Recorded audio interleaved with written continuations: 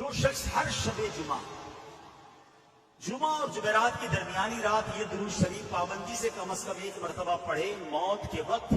سرکار مدینہ صلی اللہ علیہ وسلم کی زیارت کرے گا، اور قبر میں داخل ہوتے وقت بھی یہاں تک کہ وہ دیکھے گا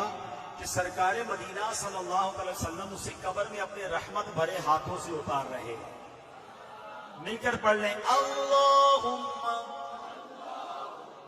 صلی وسلم وبارک علی سیدنا محمد النبی الأمی الحبیب العالی القدر العظیم الجاہ وعلى آلہ وصحبہ وسلم۔